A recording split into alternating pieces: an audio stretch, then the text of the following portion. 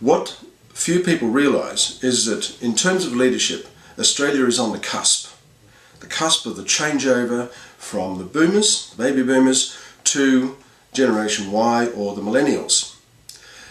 Very soon the boomers who built the economy, who built all of the structures, the corporations that we have now, are all going to be retiring. They're starting to retire now.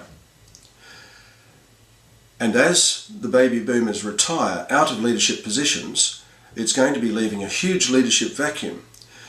The problem being that Generation Y or the millennials are simply not stepping up to the plate to take over those leadership roles.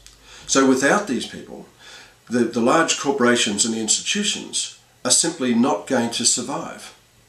Because Gen Y, the research is showing, they don't trust large organisations, government, church, corporations, because they're basically deemed to be corrupt, selfish, greedy, anti-human, unhuman.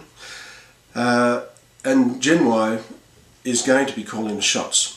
So for the large corporations to attract and retain the next generation of leaders, it's not the leaders who are going to have to change, it's the organisations themselves. So this is unprecedented. It's never happened in our history where the new generation is able to say how the old generation must change.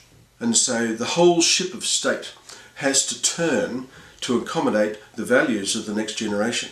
And interestingly enough, the values are what we call post-formal, which is to say that they're much more human, where people matter. And so we have basically a business economy where people are just numbers. People don't matter. They're just things, despite all of the rhetoric about our most important resource are our people. So in a world where people can just be discarded en bloc, is it any wonder that the millennials are saying we're simply not buying into these cultures? We're going to do things our own way, and that's what they're doing. So in my view, we're on the cusp of an enormous change that will precipitate largely the end of large corporations, the people churners, as the millennial generation reshapes the way that we regard people and reshapes the way business is going to be done. It's already happening. So a lot of my work is with senior executives in the C-suite, helping them to adapt to suit the new generation of young people and young leaders who have a completely different worldview.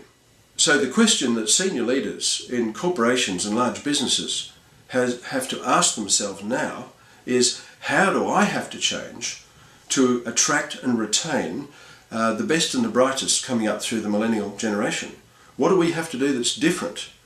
Where do we go in a world that's going to be changing out of all recognition? And so a lot of people are quite frightened, I think with good cause, because we're heading into an era that's totally unprecedented in terms of change, in terms of risk, and in terms of how people relate to each other in leadership roles.